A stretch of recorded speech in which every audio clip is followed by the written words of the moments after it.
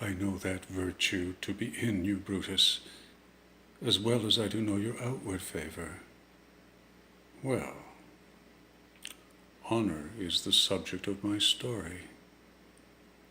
I cannot tell what you and other men think of this life, but for my single self, I had as lief not be, as live to be in awe of such a thing as I myself.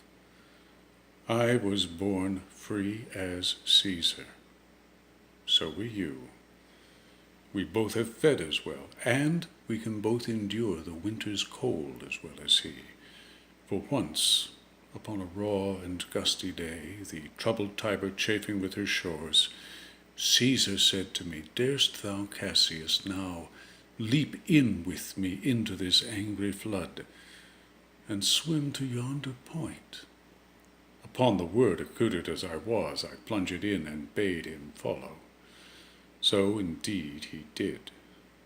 The torrent roared, and we did buffet it with lusty sinews, throwing it aside and stemming it with hearts of controversy. But ere we could arrive the point proposed, Caesar cried, "Help me, Cassius, or I sink." I, as Aeneas, our great ancestor, did from the flames of Troy upon his shoulder the old Anchises bear, so from the waves of Tiber did I the tired Caesar. And this man is now become a god, and Cassius is a wretched creature and must bend his body if Caesar carelessly but gnawed on him. He had a fever when he was in Spain, and when the fit was on him, I did mark how he did shake. 'Tis true, this god did shake. His coward lips did from their colour fly, and that same eye whose bend doth all the world did lose his lustre.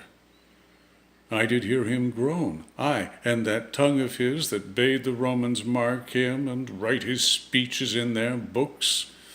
Alas, it cried, "Give me some drink, Titinius," as a sick girl. Ye gods, it doth amaze me a man of such a feeble temper should so get the start of the majestic world, and bear the palm alone. Why, man, he doth bestride the narrow world like a colossus, and we petty men walk under his huge legs and peep about to find ourselves dishonorable graves. Men at some time are masters of their fates. The fault, dear Brutus, lies not in our stars, but in ourselves, that we are underlings. Brutus and Caesar, what should be in that? Caesar. Why should that name be sounded more than yours? Write them together. Yours is as fair a name. Sound them. It doth become the mouth as well.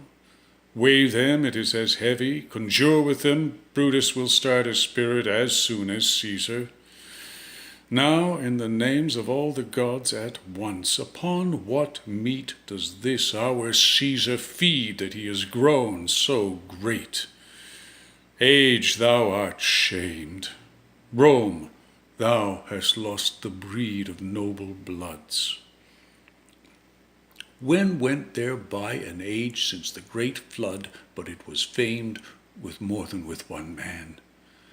When could they say till now that talked of Rome, that her wide walls encompassed but one man? Now is it Rome indeed, and room enough, when there is in it but one only man? Oh, you and I have heard our fathers say there was a Brutus once would have brooked the eternal devil to keep his state in Rome as easily as a king.